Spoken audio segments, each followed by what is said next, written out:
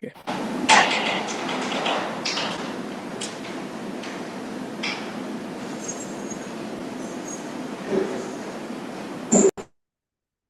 Thank you for that. Okay. Om Namo Bhagavate Vasudevaya. Om Namo Bhagavate Vasudevaya. Om Namo Bhagavate Vasudevaya. नारायणं नमस्कृत्य नरं चैव नरोत्तमं देवीं सरस्वतीं व्यासं ततो जयम् उदीरयेत् नष्टप्रायेषु अभद्रेषु नित्यं भागवतसेवया भगवतीरुत्तमश्लोके भक्तिर्भवति नैष्ठिकी कृष्णाय वासुदेवाय देवकीनन्दनाय च नन्दगोपकुमाराय गोविन्दाय नमो नमः. Hare Krishna. So we are reading from the Srimad Bhagavatam, chapter Canto 10, which is called the Sabam Bonam, and chapter 88, entitled as Lord Shiva saved from Vrikasura. We are going to read verse 5 today. Harirhi nirgunah sakshat purushah prakriteh parah sasarvadrig upadrishta tam bhajan nirguno bhavet. Harihi, the Supreme Lord Hari, He, indeed, Nirgunaha, untouched by the material modes, Sakshat, absolutely, Purushaha, the personality of Godhead, Prakritehe, to material nature, Paraha, transcendental, Saha, He, Sarva, everything, Drik, seeing, Upadrishta, the witness, Tam, him, Bhajan, by worshipping, Nirgunaha, free from material modes. We can't hear anything. Hello? Hare Krishna. There it goes. We can hear Prabhu. We hear it now, yeah. Okay. Nirgunaha, free from material modes. Is that okay? Yeah. Okay. Thank you. Bhavet, one becomes. Translation. Lord Hari, however, has no connection with the material modes. He's the supreme personality of Godhead, the all seeing eternal witness, who is transcendental to material nature. One who worships him becomes similarly free from the material modes. Purport by the disciples of His Divine Grace, A.C. Bhaktivedanta Swami, Srila Prabhupada ki jai. Lord Vishnu is situated in his own transcendental position beyond the material energy. Why, therefore, should his worship bear the fruit of material opulence? The real fruit of worshipping Lord Vishnu is transcendental knowledge. Thus, Lord Vishnu's worshipper gains the eye of transcendental knowledge instead of being blinded by mundane assets. The Lord, being the detached witness of the material creation, his devotee also becomes aloof from the interaction of the Lord's inferior energies. Srila Sridhar Swami cites the following passage from the Vedic literature. So this series of verses is very nice, and I want to read it in continuity, the translations themselves, so that we get an idea of what's going on. So I'll not read the Sanskrit for these, I'll just read the translation.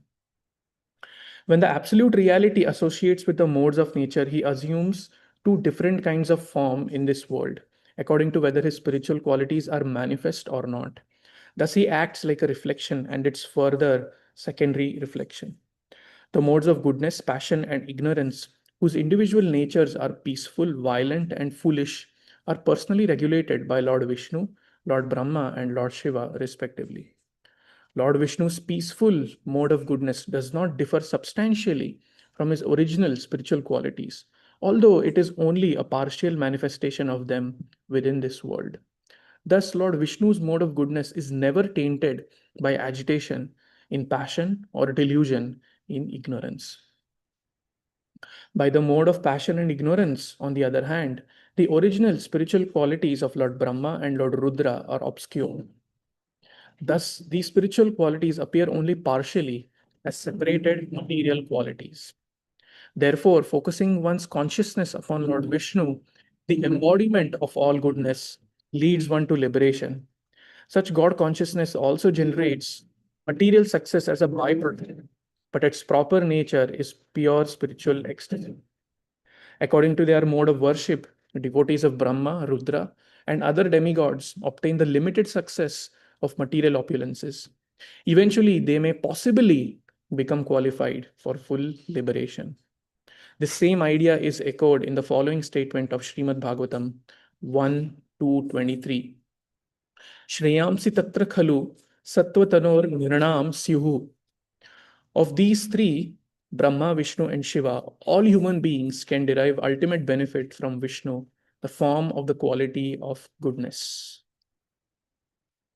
Om Ajnanatimirandhasya Jnananjanashalakaya Chakshurunmilitam Yena Tasmai Shri Gurave Namaha.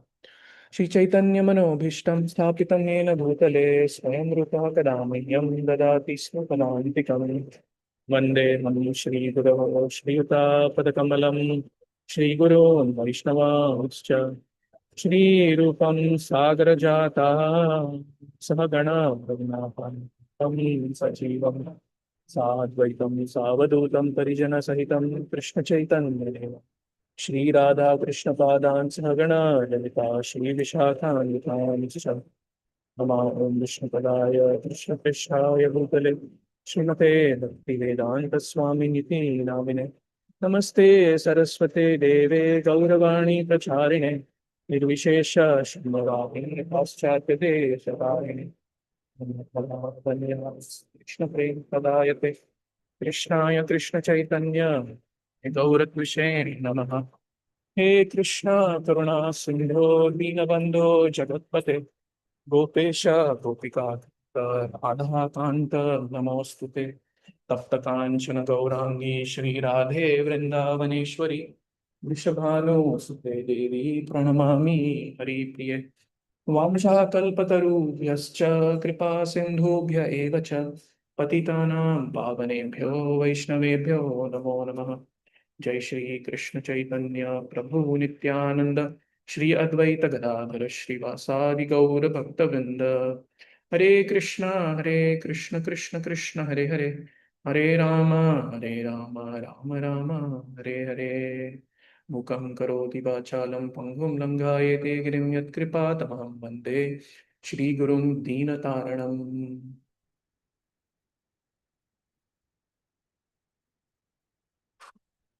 Hare Krishna. Sorry about that change of location. So I'm in the community lounge, and the maintenance person came and he was vacuuming the place, which was causing a lot of noise, and it put me in a different mode of material nature.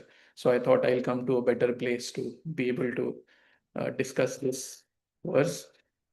So anyway, I seek blessings from all of you, dear devotees, from the senior Vaishnavas, Adi Purush Prabhu, and everyone, so that we can discuss something uplifting to all of us. We can discuss something that takes us closer to Krishna, and something that is in line with the Guru Parampara. Hare Krishna. So one of the first principles that is taught when one comes to Eastern spirituality, or any genuine spiritual path for that matter, is that, okay, what is that? Let's make it a little interactive maybe. What is the first thing that is taught? We're not this body? Yes, thank you, Prabhu. So that is the first thing that is taught, that we are not the body, that we are the soul. And even in the Gita, Krishna starts his instructions to Arjuna initially in the second chapter with those instructions about the spirit soul. Jayate mriyate va kadachi. He's saying you're the spirit soul, and you're apara prakriti, you're beyond material bondage and everything. So the spirit soul doesn't have anything to do with matter, right? Yet the spirit soul, the jivas, we are all bound to matter in some way or the other. And this matter is illusory. And it's illusory not in the sense that it is unreal, but it is illusory in the sense that it is temporary. Because everything coming from Krishna, Krishna is the supreme absolute reality. So anything that comes from Krishna also needs to be real, right? So the material nature, the source of material nature is Krishna. So the material nature, Maya Devi, is Krishna's energy. So matter actually, since it comes from Krishna, it is actually real. But the problem, the illusory aspect of matter is that it is temporary. The manifestations are not permanent, they are not eternal, right?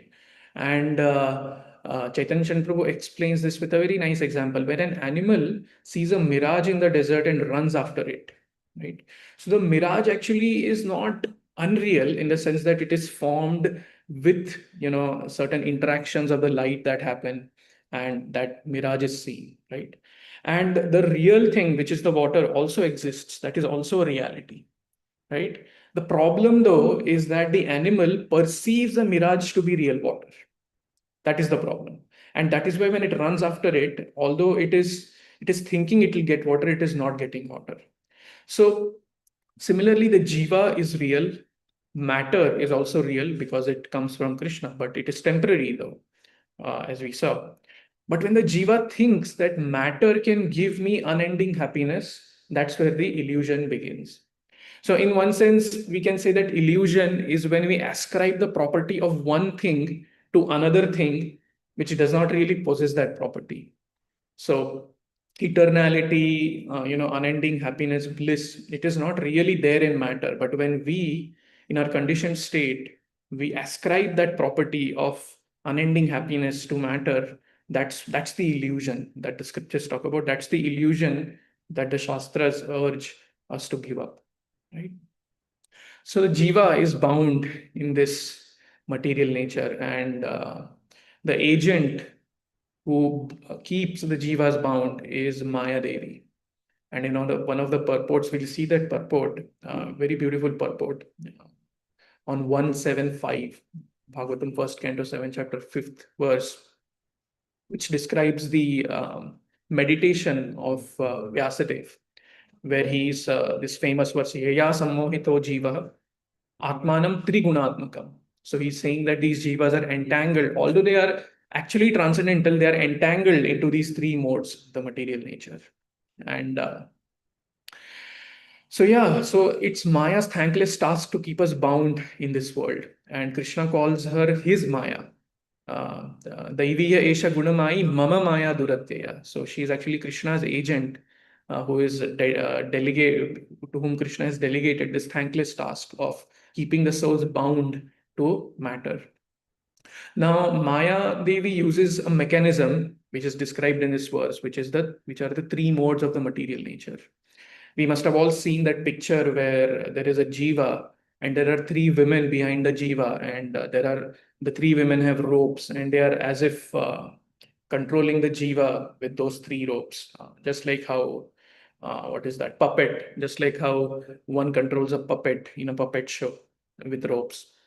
So these three modes are the ropes, and the three modes are, as we all know, goodness, which is sattva guna, passion, which is rajoguna, and ignorance, which is tamoguna. And in this verse, it describes that where is that, peaceful, violent, and foolish, respectively. So sattva guna, the main quality is peaceful, rajoguna violent, and tamoguna foolish. In another place in the purport, it says that where is that? Yeah, never tainted by agitation. So agitation is another important aspect of passion, and delusion is an important aspect of ignorance. So these are the three modes that, and in the Gita, Krishna talks about the three modes in terms of being the components that form the material nature on one hand, and he also talks about the three modes as being the binding force for the jiva, right? Now, interestingly, these three modes, they bind us to matter. And Krishna, in the second chapter itself, in fact, in the beginning of his instructions to Arjuna, in the second chapter itself, he recites this famous verse, Traigunya Vishaya Veda Nistraigunyo Bhava Arjuna. So he urges Arjuna to rise above the modes of material nature. And one might think, hey, Krishna is, first of all, you're telling me that Krishna is binding us through his agent Maya Devi to this world in the modes of material nature.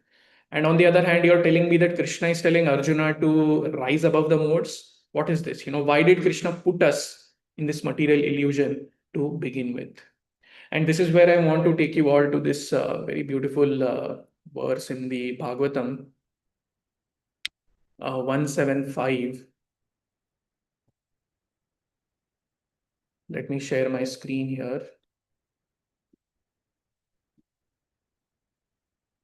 So here it says, due to this external energy, the living entity, although transcendental to the three modes of material nature, thinks himself as a material product and thus undergoes the reactions of material miseries. So here, it's very, Prabhupada actually changes our perspective of looking at this external energy of the Lord, right? So here Prabhupada writes, the Lord does not desire that a living being be illusioned by external energy. The external energy is aware of this fact, but still she accepts a thankless task of keeping the forgotten soul under illusion by her bewildering influence. The Lord does not interfere with the task of illusory energy because such performances of the illusory energy are also necessary for reformation of the conditioned soul. Now, this is analogy time. Prabhupada draws a very beautiful analogy.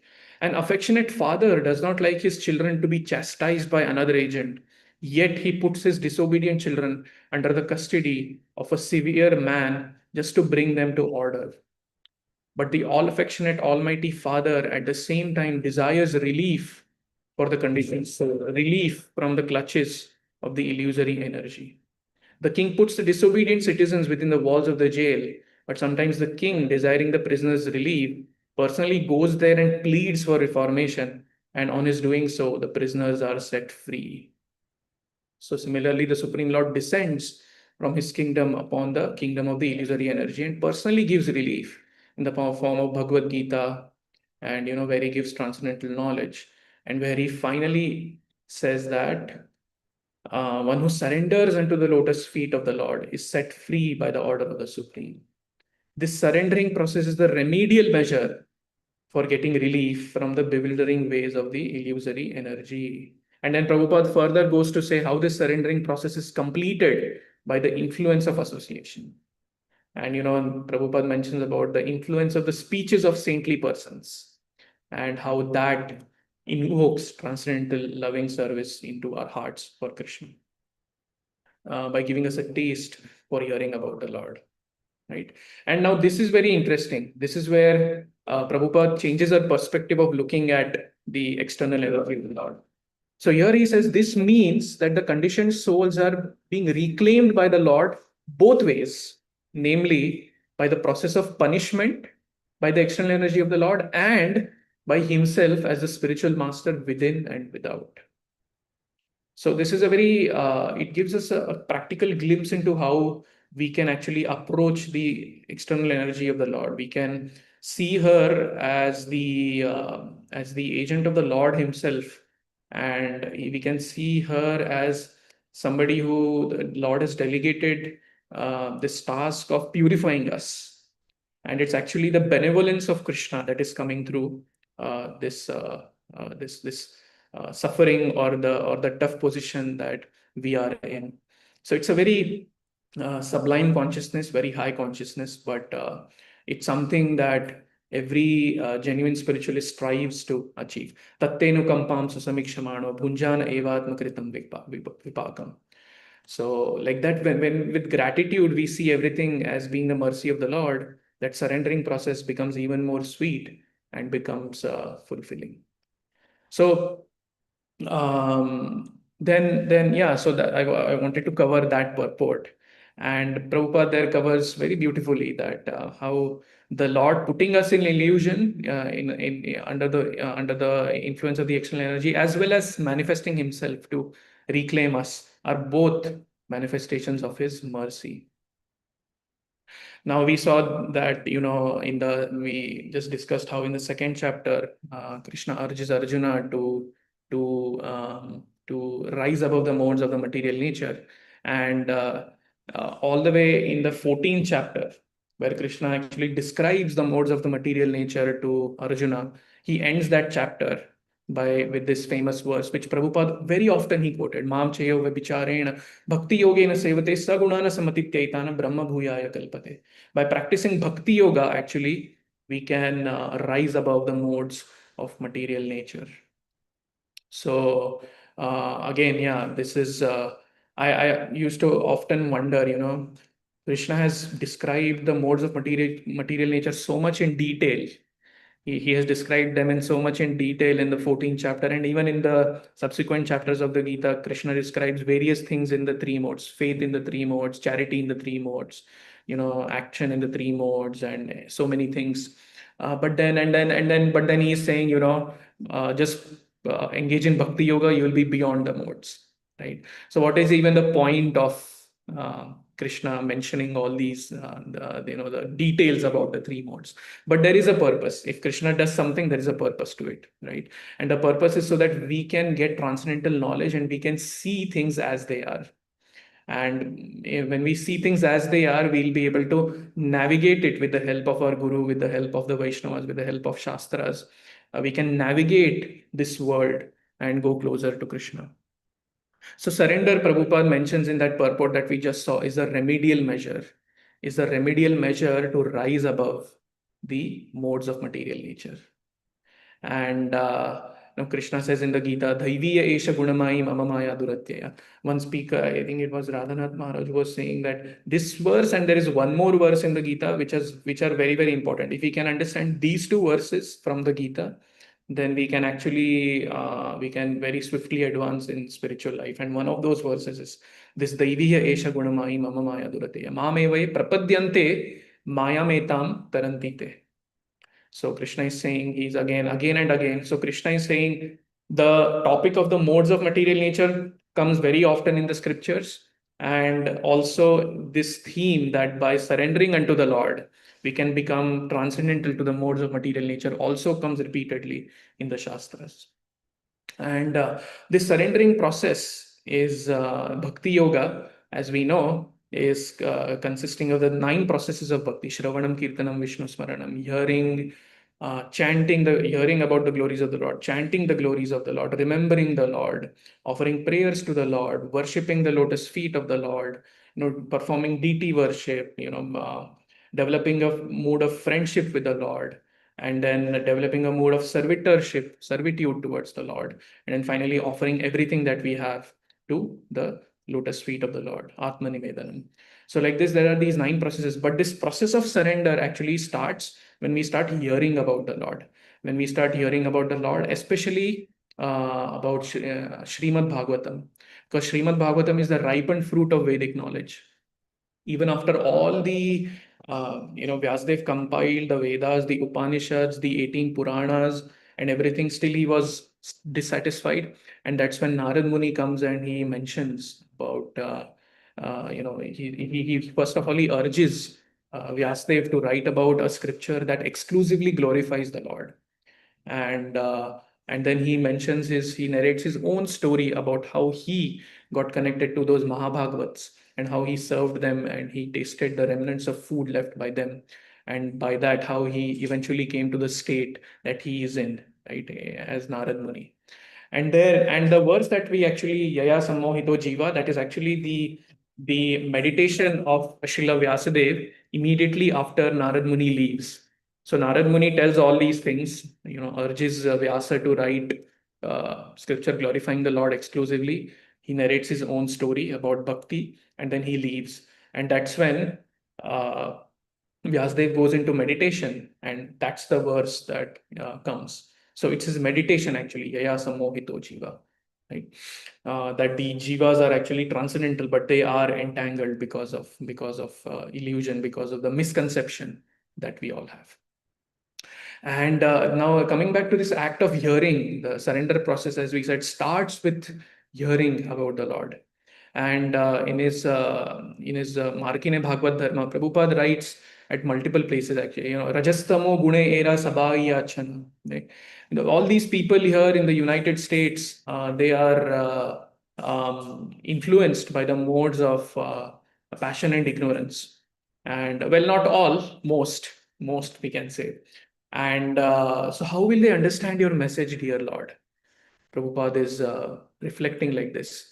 And there in that Bengali poem that Prabhupada has written, he quotes certain verses from the Srimad Bhagavatam, which are about actually Shranvatam, about hearing about the Lord. Shranvatam Sakatha Krishna Punya Shravana Kirtana Hridayantastoya Abhadrani Vidhunoti Suhritsatam Nashtaprayeshu Bhadreshu, so on. And then one of the verses there, it says Tadarajastamo Bhava कामलोभादयश्चये चेतयेतैरनाविद्धं स्थितं सत्त्वे prasidati. So the translation of that verse is, as soon as irrevocable loving service is established in the heart, the effects of the nature's modes of passion and ignorance, such as lust, desire, and hankering, disappear from the heart. Then the devotee is established in goodness and he becomes completely happy. So, in this way, when one starts hearing about the glories of the Lord, one starts receiving transcendental knowledge. And in the purport of the verse that we covered today, also it is said that the real fruit of worshipping Vishnu is transcendental knowledge. Knowledge with which we can see things as they are. And actually, the context of this verse that we read today is that the initial question that Parikshit Maharaj has asked Shukdev Goswami is that, Shukdev Maharaj, I see these devotees of Lord Shiva and others flourishing very well in their material life. But then I see the devotees of the Lord who are maybe not so well to do. So how do we understand this, right? And that's in that context is where this is spoken about. And so that's why in the purport we'll see that it talks about the real fruit, the fruit of worshipping Vishnu is transcendental knowledge. So yeah, and this transcendental knowledge is one through which we can see things as they are, one through which we can see the modes themselves, see that the modes themselves are not pure. So we see that no mode can exist purely. It's a question of which one is the most prominent at any given point of time. But always the modes are mixed with other modes. So that is why it is very important that when we are in goodness, we need to practice spiritual life, practice bhakti yoga, so that we keep on striving to transcend goodness, right? Otherwise, if we don't do that, then we go down to passion. And if somebody is in passion, then we need to try to always come back to sattva guna, because if we don't try to come back from passion to sattva, passion to goodness, we'll glide down to ignorance. And ignorance is characterized by cruelty, destruction, foolishness, and so on. And if we see even the Puranas for that matter, they cater to different audiences. So there are 18 Puranas, out of which 6 are actually we call as Tamasic Puranas. So these Tamasic Puranas are people who are predominantly in the mode of ignorance, for them to graduate to the mode of passion. And then the other 6 are the 6 for the people in the mode of passion. And these Puranas, they raise the reader from the mode of passion to goodness. And then there are these Puranas in the mode of goodness, for the people in the mode of goodness, which raise the people in a mode of goodness towards transcendence, towards something beyond the modes of material nature. And we need to keep striving, because the default trajectory of material nature is downward, goodness, passion, and finally to ignorance. Right. So that is why we need to always strive to practice the 9 processes of bhakti, and that can be done in any mode in one sense. But then, so in the mode of passion, we can begin bhakti, but in order to maintain our spiritual practice, we need some mode of goodness. We need, a substantial mode. We need to be substantially in the mode of goodness to be able to maintain any practice. Because another aspect of these modes of goodness is maintenance, passion is creation, and ignorance is destruction. So if you have to maintain anything, It's actually, in one sense, if you see, maintenance is the most difficult part. We can start something with passion, and we can give up something if we are, we just give it up. It's easy to give up, and it's a little difficult to start something, but still we can start if we just put in that, that effort, that tenacity, drive, then that we can start something. But then in order to maintain it for a long period of time, we need goodness. And that we get when we practice the process of bhakti. The immediate byproduct is that we come to the mode of goodness, but then the ultimate byproduct of that is that we'll be raised beyond the modes, even of goodness, right? And ultimately that is what we are striving for. And goodness also has a flip side, actually. The mode of goodness, sattva guna, has a flip side. Can anyone say what that flip side of sattva guna is?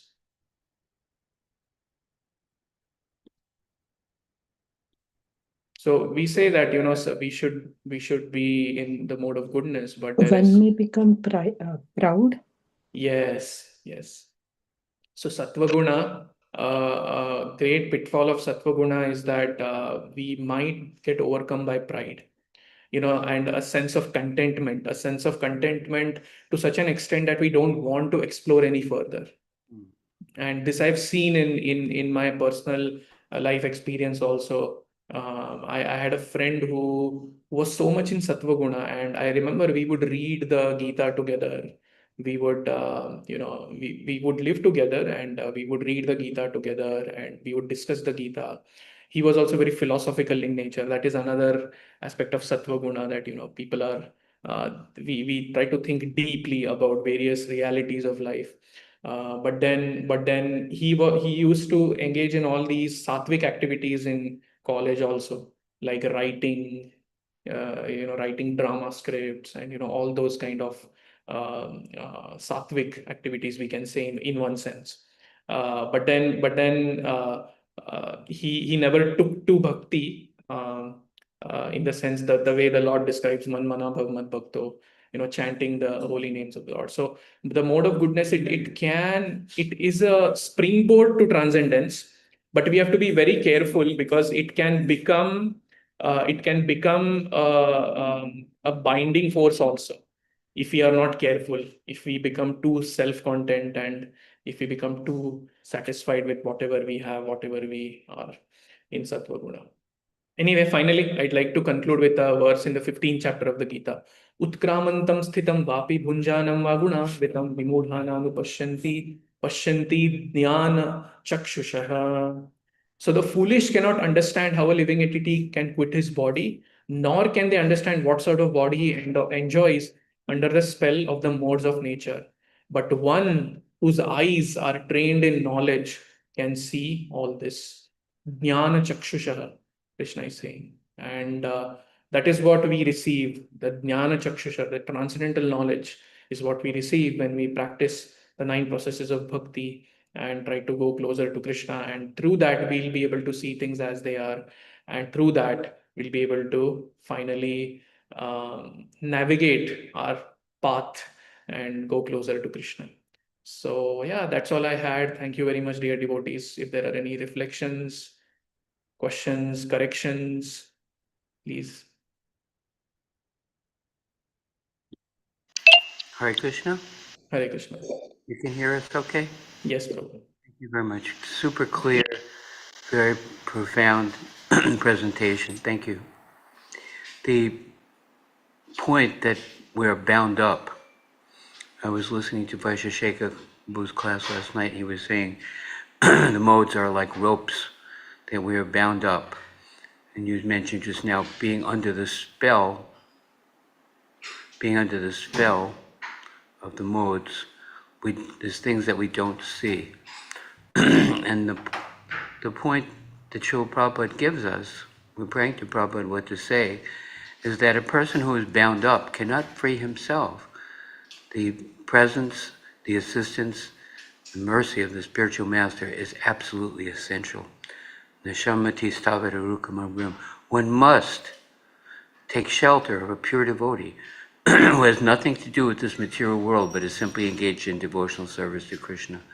So the Guru is so kind, and since he's free, he can free us, and our access is devotional service, because we don't even realize that we're bound up. It's one thing to be bound up, it's another thing to not realize that we're bound up. And then he gives us an access to do devotional service, and then we see, when we try to imagine a dog tied on a leash that's 10 feet long, he thinks he's free until he gets to the end of the 10 feet, right? Then he can't go any further, right? So what's beyond our bound up condition is service to Krishna. And so our access, by the grace of the Guru, is that we have some service to Krishna, and the way we can help others is to offer them an opportunity to engage in devotional service. So Srila Bhaktivinoda Thakur says that the mark of a Vaishnava, of the powerful grace of the spiritual master, is how that person is offering others opportunity to serve Krishna. And when we see the book distributors and the devotees on Harinam, or in any conversation, as soon as the subject of service to the Lord comes up, they realize they're at the border, they're at the absolute extreme edge of their partial freedom. And then with a little invitation and encouragement, that's the duty of the Brahmin, to interface with people and suggest, encourage, invite, inspire them to do something in Krishna's service. And then they see something beyond their limited vision. So thank you for the spiritual master. Thank you for acting as the spiritual master on your access to the Sampradaya and offering us the service of hearing. And then besides hearing, Prabhupada says there must be action, there must be a response. If we hear they're serving prasadam in the room next door, but we don't go there and take prasadam, hearing is important, reading the menu in the restaurant is important, but having dinner is different. So Prabhupada's offering us an experience of devotional service. I'm sorry to talk so long. All glories to Srila Prabhupada, Hare Krishna.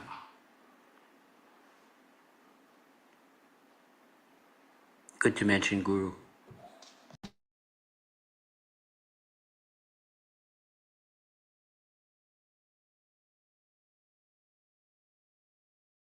You're muted, Jagannath Gopal, Prabhu. Can't hear you, Prabhu. Sorry. I was saying Min Mataji raised her hand. So if you would like to speak, Mataji. Thank you so much for the class. I wanted to ask you a question. In the story of Prithu Maharaj, where he's performing the 100 horse yagya, and Indra kept on stealing the last one, so he couldn't perform it. And so Prithu Maharaj gets like super upset, and then Lord Brahma comes and says, "Why don't you just do 99 instead of 100?" And then Lord Vishnu comes, and he speaks actually about transcending the modes of nature to Prithu Maharaj.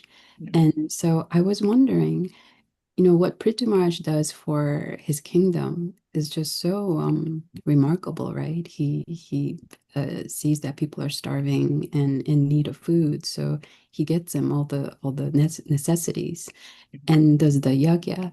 So I would, it seems natural that he would get upset, especially performing the yagya for Lord Vishnu.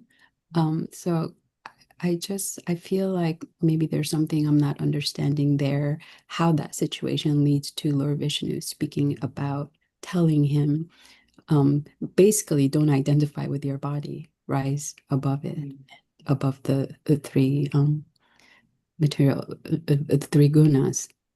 I was wondering if you could speak a little bit about that. So, of course, for a detailed analysis, I would have to go back to that section and read it. But from what I remember, is that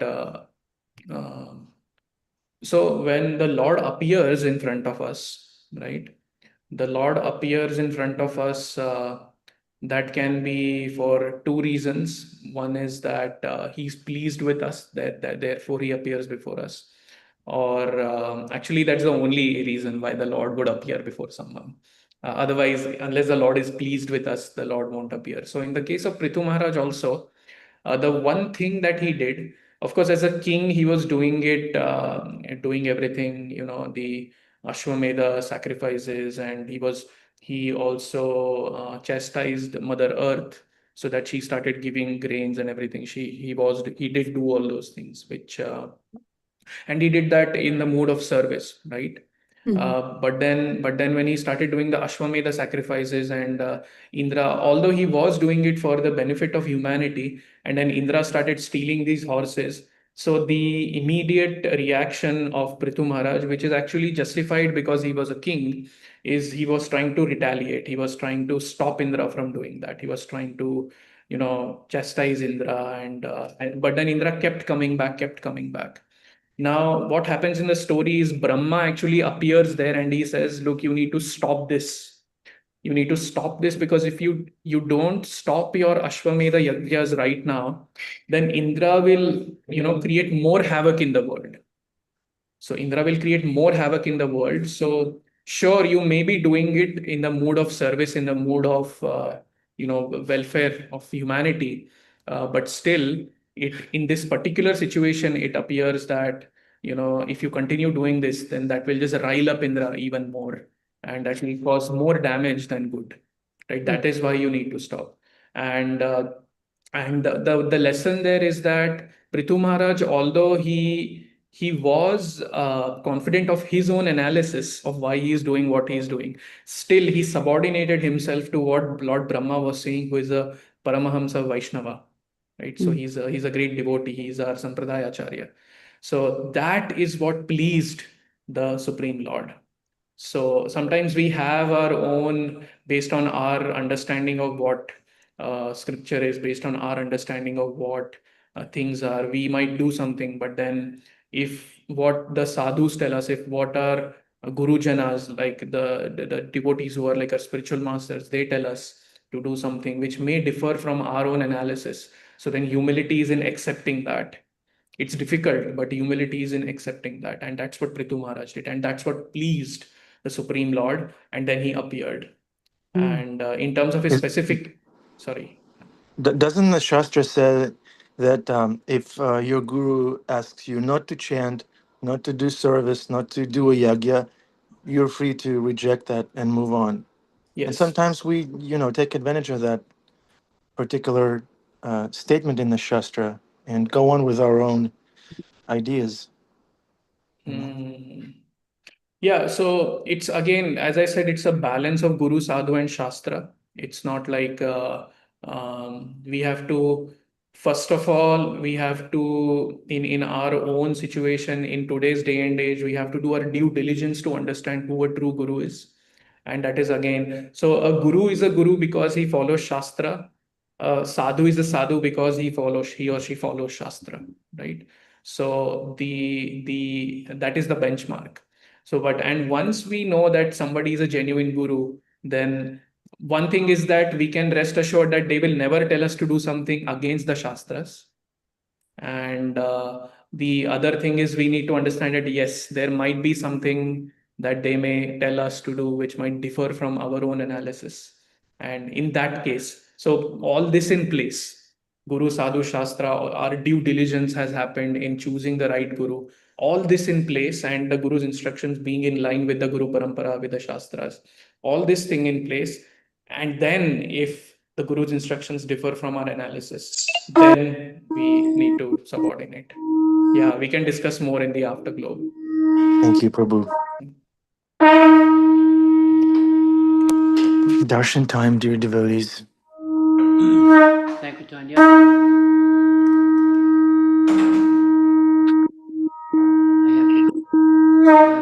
You don't have a phone? There's no equipment there?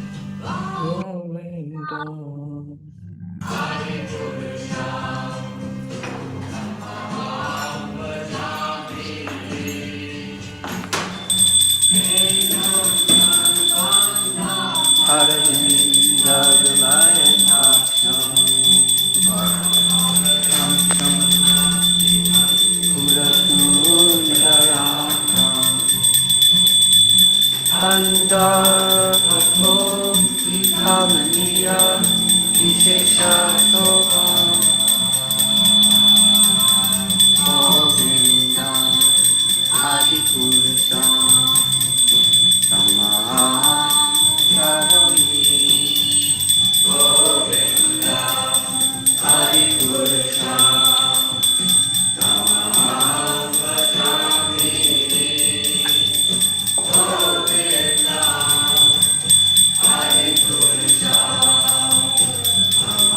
Can you hold this here for a few minutes?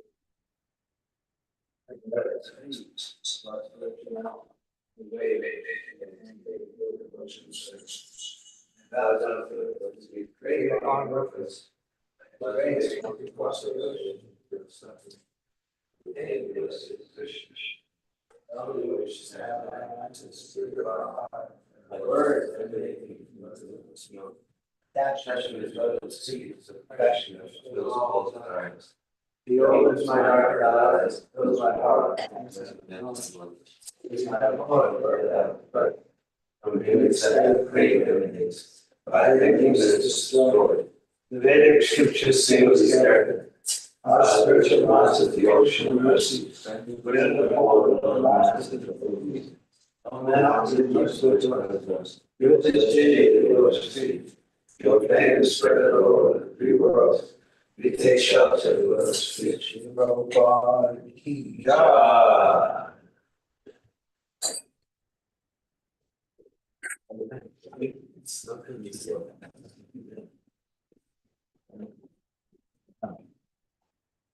Jaya Prabhupada, Jai Prabhupada, Prabhupada,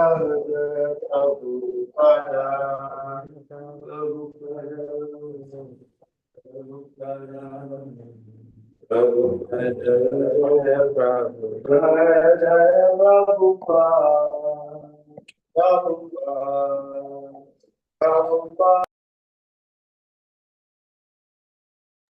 Hare Krishna, welcome to the Afterglow. Jagannath Gopal Prabhu has agreed to stay over time with us, so please, devotees, be brief and concise in your remarks. This is the overtime period. Go ahead. Jai Jagannath Gopal Prabhu, go ahead. Yeah, so just one thing I remembered in related to Min Mataji's question was when the Lord Vishnu appears to Prithu Maharaj, he actually says that you have pleased me. You have pleased me. So the purpose for which you were doing all this has been achieved. So don't worry about the 100th yajna, like that. Yeah. So, yeah. So he did end up doing what he had planned to do, what his motivation was. So, but yeah, the point remains that when we accept someone as being a representative of the Lord, Shabde Paresh Nishnatam. Tasmat gurum prapadyeta jigyasu shreyam uttamam shabde pare cha nishnatam. At different places in the Shastras, the qualifications of a guru are described. That the guru is dedicated to the absolute truth, and there are many details there. But when we do accept such a guru, then yeah, we have our own sense of reality, and then there is the sense of reality that is bestowed upon us by the grace of the Lord, by the grace of the Guru. So then we have to see what we hold as more important. It's very difficult, and it's very difficult. That's all I'll say. But Yeah, thank you so much. It's purification. So That was sort of the sense I got reading that last time, where it just felt so nuanced as to, what is the right thing to do for Prithu Maharaj. yeah. I really love how you spoke about the reason for Lord Vishnu's appearance in front of him. That was really nice. Thank you.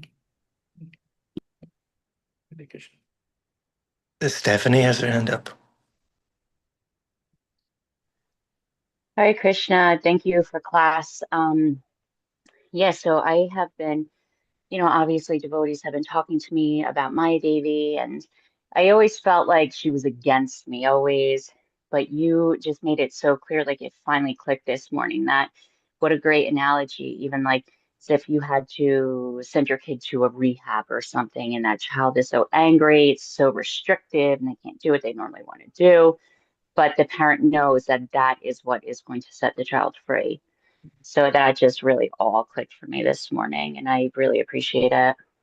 Hare Krishna. Thank you, Madhuri. So, Jiva Goswami says that the same Maya who is pulling us away from Krishna to purify us, when we take to Krishna consciousness, when we become pure devotees, the same Maya, Mahamaya, acts as Yoga Maya. So, the same Maya then acts in the role of pushing us towards Krishna. So it ultimately depends on our motivation, our perspective of how we interact with the world, whether we are doing it for our own gratification or whether we are doing it for the pleasure of Krishna. That is the principle. Again, that is the principle. And then there are so many details in that. But yeah, the same Maya acts differently to pure devotees, and the same Maya acts differently to a conditioned soul. So towards a condition. Great, very helpful. Thank you.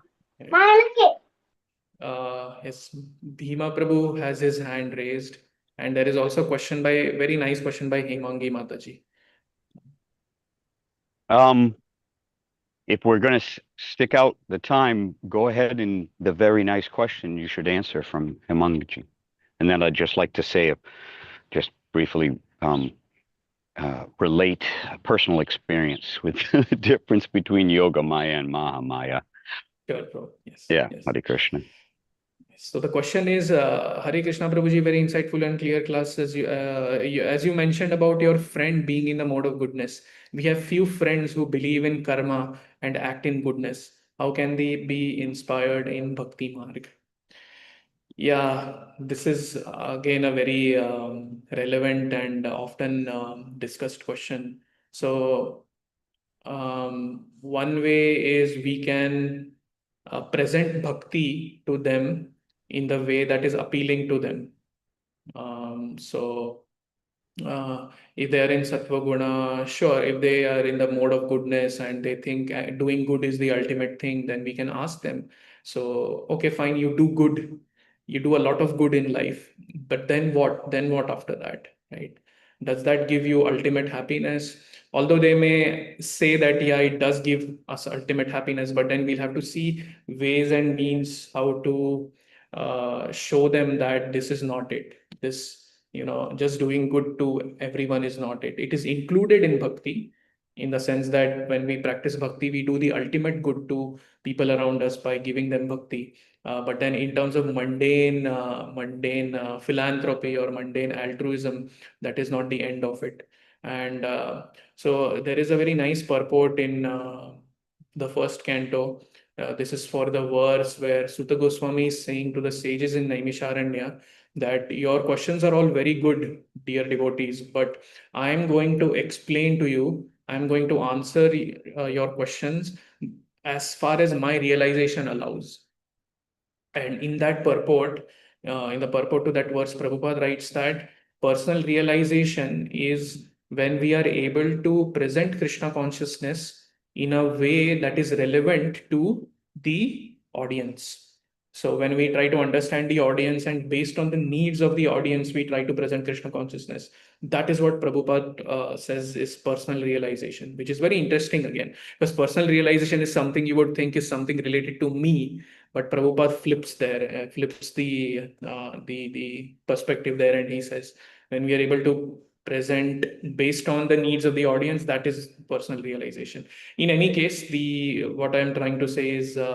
Yes, there are certain things that which they will find appealing, and those things are definitely in bhakti, because bhakti encompasses all other yogas. Bhakti encompasses all other, so to say, systems of thought in one sense, and it can be even doing good to others. Bhakti actually it encompasses that. In the Gita, Krishna says Loka Sangraha, right? Karmanaiva hi samsiddhim astita janaka anedayah Loka Sangraham evapi. Whatever we do needs to be for the benefit of others. So all that is included in bhakti, and when we can help them tap into those aspects of bhakti, maybe bhakti will become more relevant to them, and ultimately, so that is something we can do. And another perspective is bhakti is bestowed upon someone. Bhakti is not, so there is this nice verse in the Upanishads, which is a very, very important verse actually, where it says that spiritual realization, I mean, I'm paraphrasing this, spiritual realization is not something that you can understand on your own. It is something that God gives you, and He Himself chooses whom to give it. Something like that. So that part is also there. And sometimes, even despite us doing all the things we can, somebody doesn't take up bhakti, or somebody doesn't,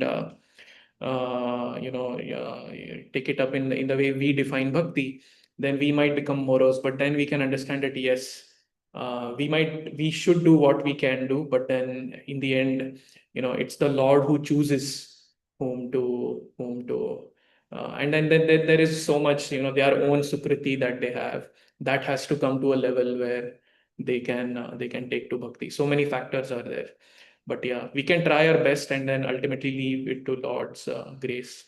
And one thing I'll definitely say is when we do our best to make Krishna consciousness relevant to them, and when they find a friend in us, they are actually, although we may not think of, although Himangi Mataji, you may not think of yourself as a devotee, but we all here know that you are such a wonderful Vaishnava. So when these people who are your friends, they are attached to you as a friend, and they start having that loving exchange with you, then Krishna becomes pleased with them, because now they are exchanging love with a devotee, with his devotee, and that will raise their Agyat Sukriti, and at which point they can take to bhakti. May not happen in this lifetime, may happen in the next lifetime, but we can sow the seeds for that as much as we can. So Hare Krishna. Hemangi, are you happy with the answer? Yes. Yes. Some of it. Yeah. I mean, it's still, if I think about it, I mean, we try to engage our friends by inviting them for kirtan at our home, but it is just for that little time that they kind of get engaged, but I mean, they don't take it up by themselves. And I always feel that, probably we are falling short in terms of inspiring them. But yeah. Maybe not. Tough to say. I don't know. If yeah, one thing you could do is in addition to kirtan, maybe kirtan is not an aspect that might be appealing to them. In addition to kirtan, you can have katha. You can have specifically katha about stories where somebody did good to the world, right? But they understood that is not it. There is something beyond that. So such kathas will Haribo? help. Yes, Bhima Here Prabhu. comes the interjection. Yes. Yes, yes. Just because I'm so busy that, and then time goes on, and I forget a very important point that Prabhu is addressing, and of course these things we have it written down. There's processes. We try to bring them into the process. One of the 9: chanting, dancing, feasting. I mean, that's why feasting is so cool, because who's going to reject prasad? You know what I mean? You have to have faith. This is my, and it kind of ties in with, I obviously can't claim any knowledge or dear relationship with Krishna, but I sure have been paying attention to his energies, to what comes off when my desires change, or when I get the consciousness to do something, because after all, it's up to us. Now, first of all, I'd like to just add to Prabhu's wonderful discourse in regards to bringing somebody in, because after all, that is our mission. And we have to take Prabhupada's the way he did it. And he came into a group of hippies who were out of control. And the thing that he did was he made friends. He actually was a friend. He didn't even tell them about the regulative principles. He just brought the culture in. Said, look at this. This is new. And guess what? It's deep. That's what was wild that brought me in. You gradually, because I didn't want to surrender. People see what they're going to have to give up. And they'll find 1,000,001 excuses to not pursue the path, because it requires to give of yourself and to give up certain things that basically in the material world is the only thing that gives pleasure, which is intoxication, sex life, etc., etc., etc. All the things we do to just make it through the day. People realize that the only thing that's higher than that is, as Prabhuji said, a loving reciprocation. And that's the thing. You're not just bringing them into a process of chanting, dancing, and feasting. You're bringing them into your heart. I know I wouldn't have joined for sure, even though I knew the philosophy was what it was. I managed to find enough in the philosophy to, as Devamrita Swami once said, do a shoulder fake and try to run around to have it my way, to get to the goal that I wanted to get to, rather than the fact that Krishna was tackling me in the form of Radhanath Maharaj, who thwarted me by being a friend, non-judgmental friend, for such a long period of time before I said, okay, you know what? I just can't deny this anymore. So we have to realize that this is not a mental process, that this is a process of the heart. Bhakti yoga is bhakti yoga. It's a process of the heart. We do these asanas, or I don't, but people do these asanas for the physical body. You have to be still. You have to form yourself into these things, and you have to breathe appropriately, and you have to understand the energies of your body. The same thing is true with the energies and the processes of the heart. And the heart, and as we know, we came here with a hard heart in this world. And first, then we meet a devotee with a super soft heart, like butter, right? I mean, we all have to have butter hearts, ultimately. That's where humility comes from. And with that soft heart, all of a sudden, somebody feels safe. You're like a cocoon. You're like a womb. You literally are like a womb, because they're just being born into the movement, or born into knowledge, waking up, the Jeev Jago, into their second self, into their higher self. So we have to be there. And that's what's important. They're not just going to. So the important part is, and just like to very quickly just say, I've noticed the stories of a lot of devotees. Now, a lot of devotees they read the books and then they join because the books convinced them, or the philosophy convinced them, or they were always looking. There's those type of people. And then there's people who really need someone that they respect and actually am endeared to and attached to. And that's why the devotee has that grace. That person might not even want to know Krishna, and yet they see in front of them someone who is worth hanging out with, and who is always talking about Krishna. So introducing somebody to others. I've always noticed that when guys bring matajis, or bring young ladies, women into the movement, if it comes through a male, messenger, that 100 times, not 99, 100% of the time, the female eventually will find a friend amongst the Matajis, and that's what will secure, because she'll see it from a divine feminine perspective from another one, and then that's what secures it, not the philosophy or this or that, but that somebody else is emulating it, and that person is like me, feminine. So women need friends, and men also need buddies, that they can depend on, that have their back, that won't judge them.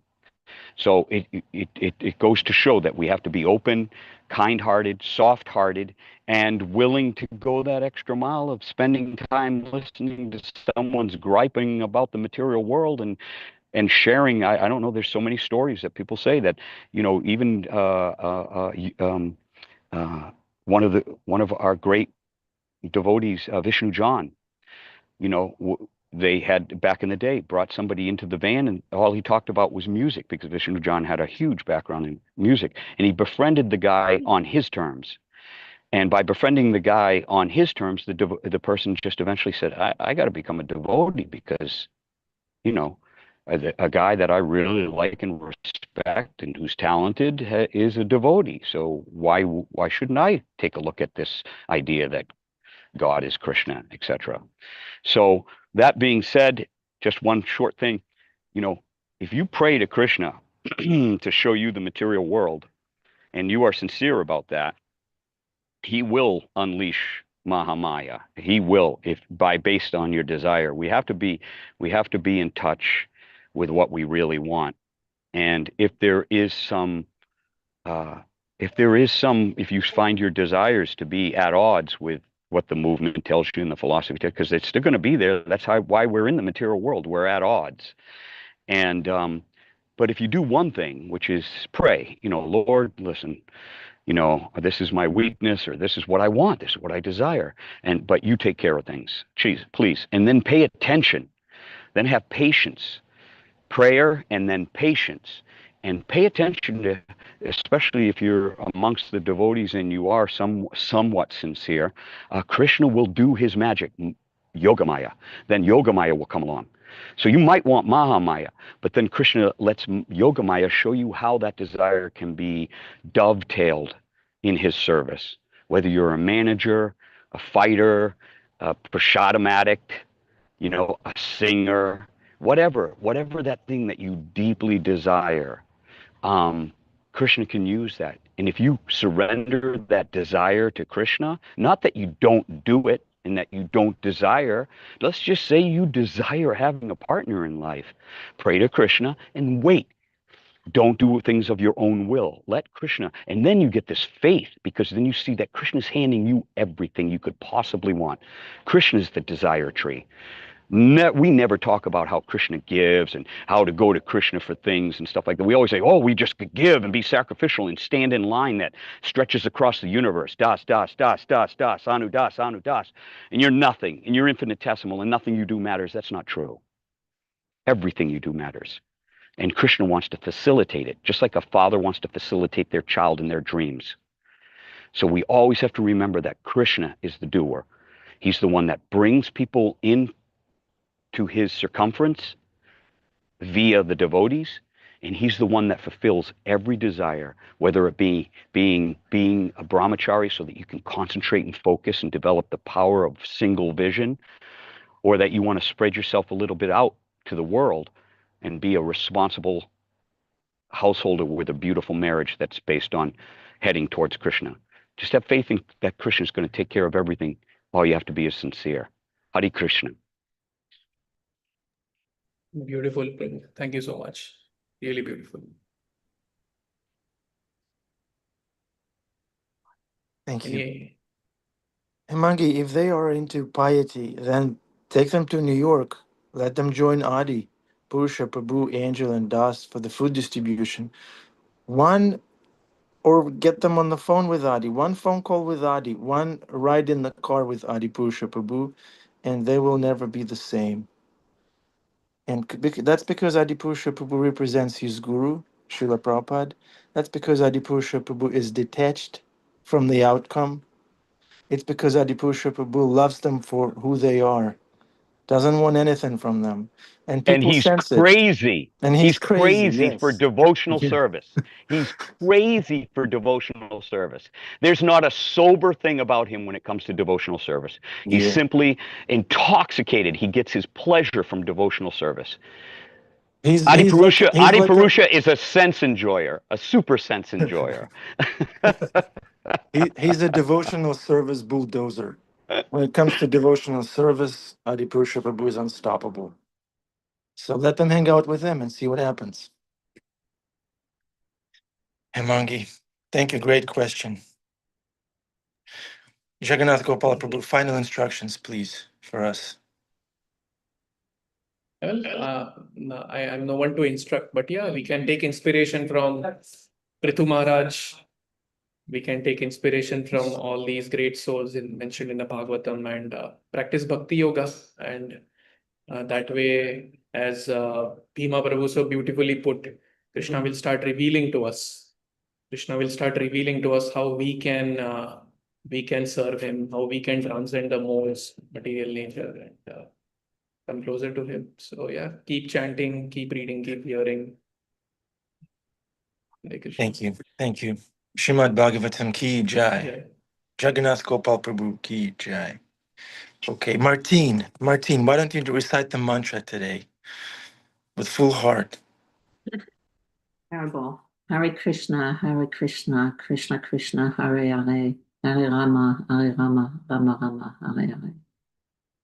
Thank you very much. Hare Krishna. That was so sweet. Wow, Martine. Thank you. Thank you very much. Okay, Hare Krishna. Love you. For you. Come again tomorrow.